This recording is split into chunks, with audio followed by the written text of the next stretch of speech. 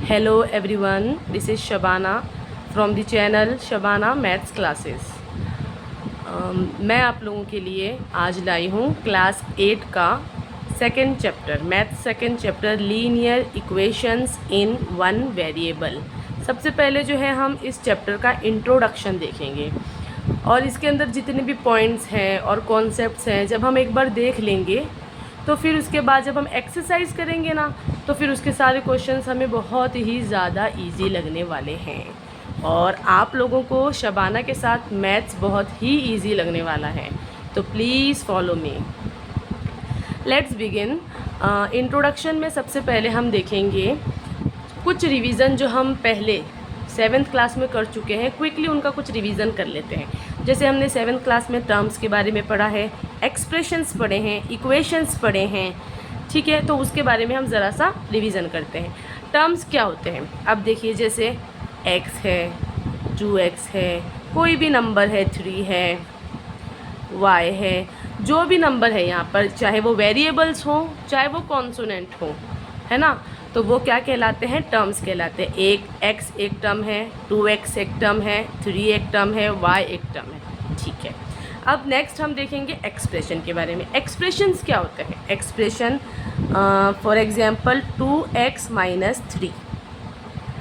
अब 2x minus 3 यानी कि इसके अंदर प्लस या माइनस कोई भी ऑपरेशन हो रहा है, ठीक है, इन दोनों के बीच में, दोनों टर्म्स के बीच में, तो ये क्या कहलाएगा? एक्सप्रेशन कहलाएगा।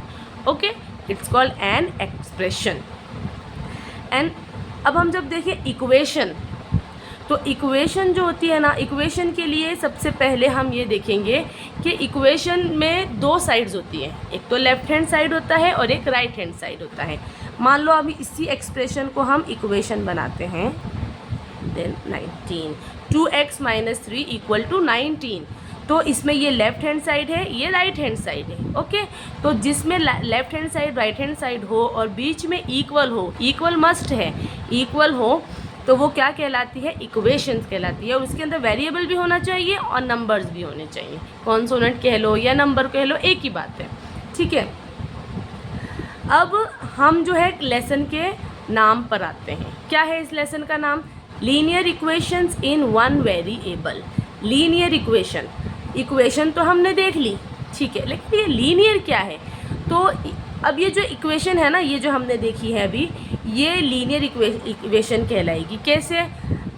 जब हम किसी भी इक्वेशन के अंदर वेरिएबल लिखते हैं, कोई भी वेरिएबल ले लो, चाहे ए से लेके जेड तक के कोई भी अल्फ़ाबेट हम ले लो, अब उस अल्फ़ाबेट का जो पावर होना चाहिए ना, वो 1 होना चाहिए, 1 से ज़्यादा उसका पावर नहीं होना चाहिए। अगर उसका पावर 1 है तो वो लीनियर कहलाएगा, ठीक है। तो ये लीनियर इक्वेशन कहलाएगी। फॉर एग्जांपल अगर हम ऐसे लिखते हैं, ठीक है, 2x square minus 3 equal to 10, तो इसके अंदर x की पावर क्या है? 2 है, यानी कि 1 से ज़्यादा है।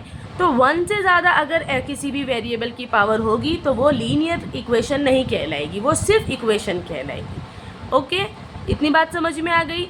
कोई भी डाउट नहीं है इतने में?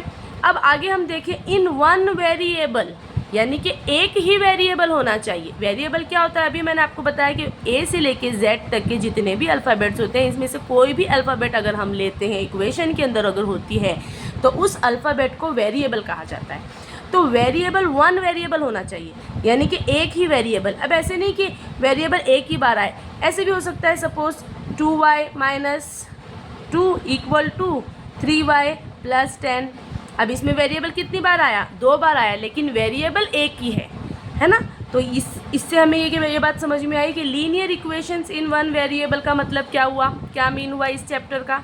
तो चैप्टर के नेम हमने अच्छी तरह से समझ लिए, ये 2-3 जो कॉन्सेप्ट्स हैं वो हमने अच्छी तरह से समझ लिए। अब हम आगे देखेंगे कि इक्वेशंस जब हमारे सामने आगे क्वेश्चंस में आएगी कि इक्वेशन को सॉल्व करो, तो हम सॉल्व कैसे करेंगे? सॉल्व दी इक्वेशंस, ठीक है।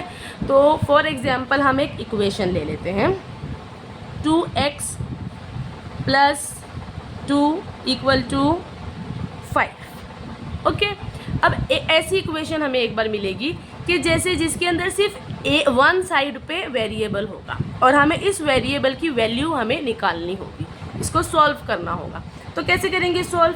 अब देखिए, ये है लेफ्ट हैंड साइड और ये है राइट हैंड साइड। ओके, अब ये 2x तो इसी साइड रहेगा और ये 5 भी इसी साइड यहाँ पे रहेगा राइट हैंड साइड में। अब लेफ्ट हैंड साइड में +2 है तो इसको हम घुमा के जब यहाँ पर ले आएंगे तो ये -2 हो जाएगा। ये सारा आप कुछ 7th क्लास में पढ़ चुके हो, लेकिन फिर भी मैं आप लोगों को एक बार बता देती हूँ कि जब प्लस से यहाँ पे ये माइनस में हुआ, यानी कि हम किसी भी नंबर को या फिर किसी भी वेरिएबल को लेफ्ट हैंड साइड से राइट हैंड साइड में घुमा के लाते हैं या फिर राइट हैंड साइड से लेफ्ट हैंड साइड में लाते हैं, तो सबसे पहले तो हम देखिए उसे कहते हैं ट्रांसपोजिंग।